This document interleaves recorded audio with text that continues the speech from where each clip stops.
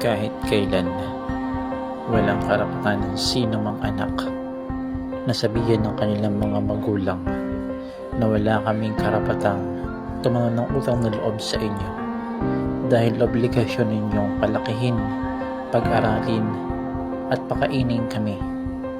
Unang-una sa lahat, ibinuwis ng iyong mga magulang, lalo na ng iyong ina, ang kanyang buhay. Mabuhay ka lang. Pangalawa, walang bata kailanman na mabubuhay ng isang buwan nang walang magulang na magkakalinga.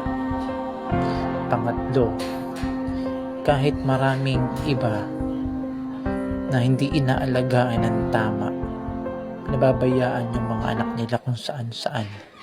Ikaw, lumaki ka, nakapag-aral, yung iba sa mga matataas na paaralan pa or institution of human.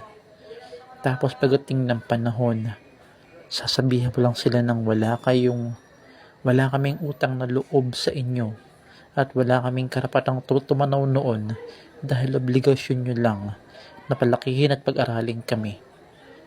Hoy, tandaan mo to. Kahit kailan, hindi ka magiging ganyan kundi dahil sa iyong mga magulang.